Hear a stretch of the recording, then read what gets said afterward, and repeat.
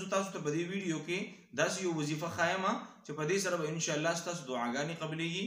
دې وظیفې سره به ستاسو په مال کې هغه برکت راځي، مال کې به ډېروالی راځي، نور څومره مشکلات دي الله جل جلاله به هغه ټول مشکلات حل کوي.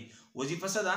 حضرت علي رضی الله تعالی عنہ فرمایي، روایت دی د علي رضی الله تعالی عنہ نه، وی ټولې دعاګانې دا ایثاریږي، دا دعاګانې بره نه ځي تر هغه وخته پورې کله چې په نبی پاک صلی الله علیه وسلم او د هغه په آل باندې درود ونه ویلی شي. دا طبراني روایت دی. همدغه رنګې ترمذي شریف روایت دی. عمر فاروق رضی الله تعالی عنہ فرمایي چې دا ټولې دعاګانې د ځمکې او د اسمان په منځ کې معلق وي، انختې وي تر هغه وخته پورې کمې پورې چې په نبی پاک صلی الله علیه وسلم باندې درود شریف ونه ویلی شي. همدغه رنګې د حضرت ابو سعید خدری رضی الله تعالی عنہ روایت دی چې څوک غواړي چې زما مال کې د بڑوتري راشي، زما مال د سیوا شي، هغه دا الفاظ ویا، دا درود شریف دی وی: اللهم صل علی محمد عبدك ورسولك والمؤمنين والمؤمنات والمسلمين والمسلمات.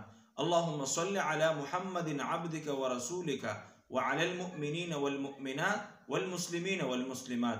دا درود شریف چې څوک ډیر ډیر وایي الله به د په مال کې اضافه کوي، مال کې به الله برکت راچي، مال به سیوا کیږي، مال به ډیریږي، مال به کمیږي نه.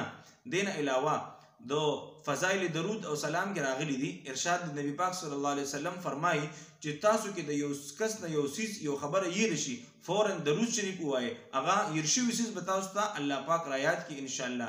دین علاوه کو چرته دا مختلف قسم مشکلات چا باندې راشي، نور څه حالات راشي او فورا د درود شریف شروع کی، الله برده ټول مشکلاتو حل کوي.